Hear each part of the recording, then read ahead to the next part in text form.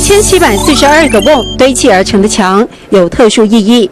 在我们客家人做了很多的酱菜都需要这些瓮哈，所以我们在每一个家里有大有小的瓮哈，所以我们就特别把客家的瓮把它组成一个墙，特别来做一个纪念。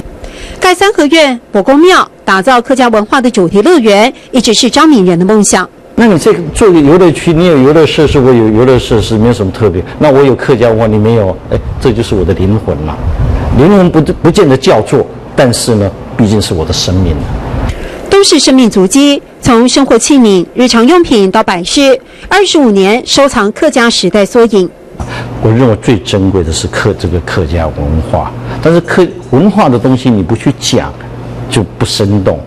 60岁以上看到这些东西都很感动，70、80岁那更不用讲了。让游客感动，烙印在心底。张明仁想要珍藏的有文物，还有传承的意义。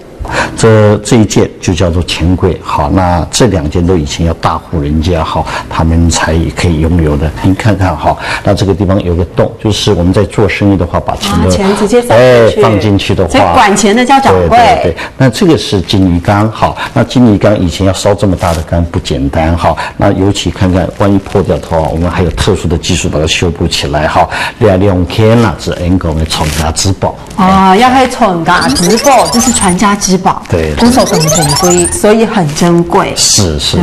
桐花季、桐花舞充满桐花意象，客家人的精神在张明仁的乐园里继续延续。